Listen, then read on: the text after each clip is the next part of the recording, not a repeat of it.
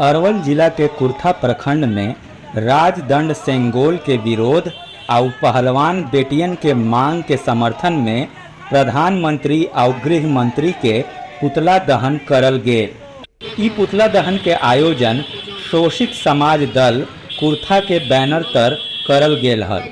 पुतला जलावे ला आयल शिक्षक संजय कुशवाहा, कृष्णा प्रसाद दिवाकर, भोला प्रसाद देहाती, रामबली सिंह, अमरजीत कुशवाहा, रॉबिन वर्मा, अभिषेक मौर्य, राकेश कुमार, निर्भय कुमार, मनीष कुमार, अवधेश यादव, दीपक कुमार, अवित कुमार, पंचम मौर्य, माले युवा नेता दीपक कुशवाहा और समाज सेवी दीपू कुमार समेत ढेरे दोसर लोग ई मौका पर एगो जनसभा के भी संबोधित कैलन।